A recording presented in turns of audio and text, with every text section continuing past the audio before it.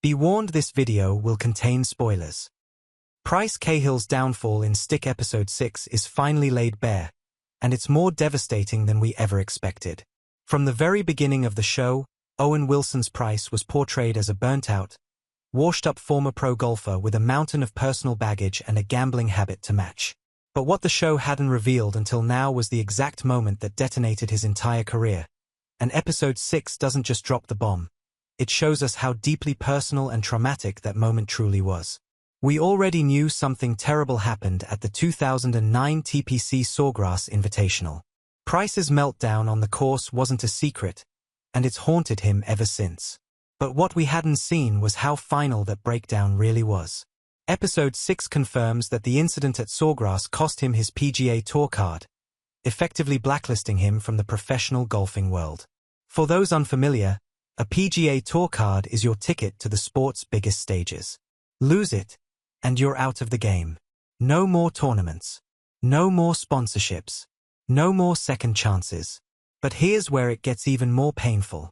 Mitzi finally opens up about what really happened that day. Sawgrass wasn't just a bad round. It was Pryce's unraveling. He had just lost his 4-year-old son, Jet, to cancer. That loss had already shattered him, and golf was the one thing barely keeping him functional. Then came the terrible round at Sawgrass, and to add insult to injury, his playing partner, Clark Ross, made an incredibly cruel comment about Jet in the locker room. We never hear exactly what Ross said, but it was enough to push Pryce completely over the edge. Pryce didn't just snap, he punched Ross in the face, hard enough that Mitzi says he fed him his teeth. That moment, caught on camera and played endlessly online, became Pryce's legacy. Not his talent, not his victories, just that one violent, grief-driven outburst. And just like that, his tour card was gone. His name became a cautionary tale. So where does that leave Pryce now? Is there any hope of redemption? Technically, there is an appeals process in the PGA, but let's be real.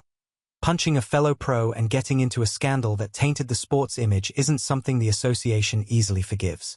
Even with changing attitudes around mental health and grief, it's hard to imagine the PGA risking its reputation to welcome Pryce back. 16 years might feel like a lifetime, but in the world of pro sports, scandal sticks.